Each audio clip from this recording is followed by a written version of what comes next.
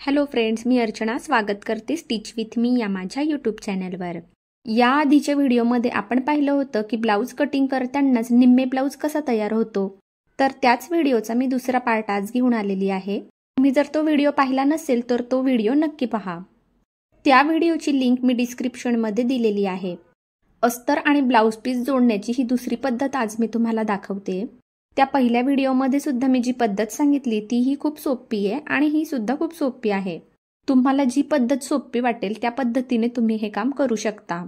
Glue लावत असताना तुम्हाला फक्त एकच काळजी घ्यायची आहे की तो फक्त अगदी कोपऱ्यावरच लावायचा आहे। काही कापडांवरनं ग्लूचे डाग पडतात आणि नंतर ते निघत नाही। त्यामुळे ब्लाऊजचा जो भाग शिलाईमध्ये जाणार आहे त्याच ठिकाणी आपल्याला ग्लू लावायचा आहे।